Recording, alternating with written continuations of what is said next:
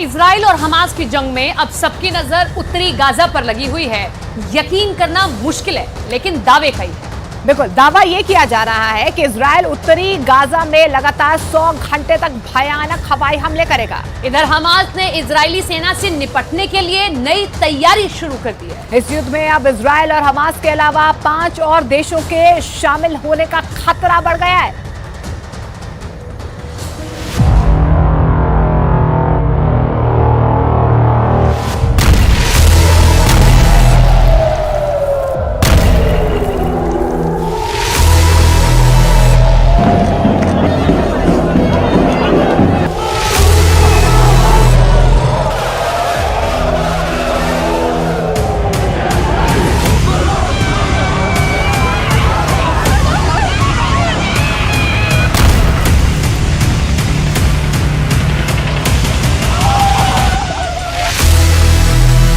Hamas तो trailer है, Hezbollah अभी बाकी है।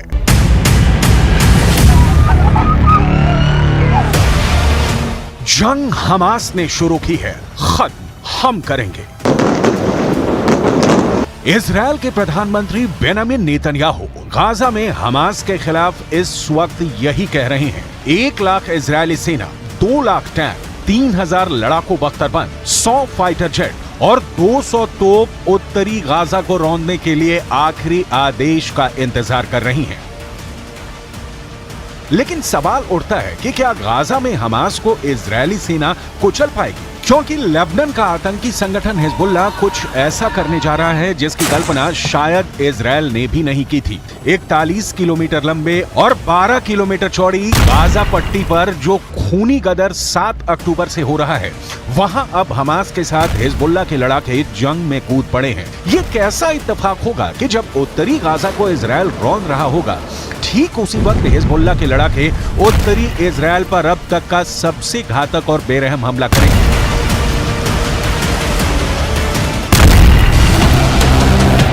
लेबनान में बैठा हिजबुल्ला का चीफ हसन नसरल्ला ने इजरायल, अमेरिका और पश्चिमी देशों को चेतावनी दे दी है कि गाजा को यूक्रेन मत समझ लेना। हम इजरायल को जमीन पर जंग नहीं जीतने देंगे। हम आपको आगे बताएंगे कि कैसे हमास के साथ मिलकर अब हिजबुल्ला इजरायल को गाजा में जंग हराने का प्लान बना रहा है।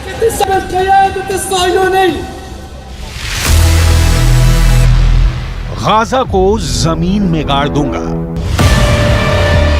इजरायल ने हमास के भयानक और क्रूर हमलों के बाद से हमास को जमीन में गाड़ने की कसम खा ली है। 7 अक्टूबर के बाद से गाजा और वेस्ट बैंक में इजरायल के बेतहाशा हमलों ने गाजा और वेस्ट बैंक में 25,000 से ज्यादा इमारतें तबाह कर डाली हैं। इसमें गाजा में मौजूद इस्लामिक यूनिवर्सिटी भी शामिल है, जहां हमास के इंजीनियरों को तबाही की ट्रेनिंग दी जाती थी। अब तक गाजा में 2000 के करीब फिलिस्तीनी और गाजा के निवासी मारे जा चुके हैं।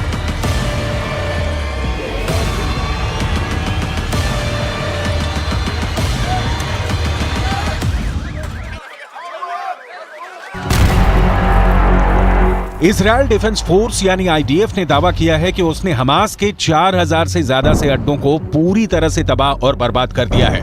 हालात ये है कि गाजा में मौजूद फिलिस्तीनी समझ नहीं पा रहे हैं कि वो हमास का आदेश माने या फिर इजरायल के प्रचंड हमलों का सामना करें।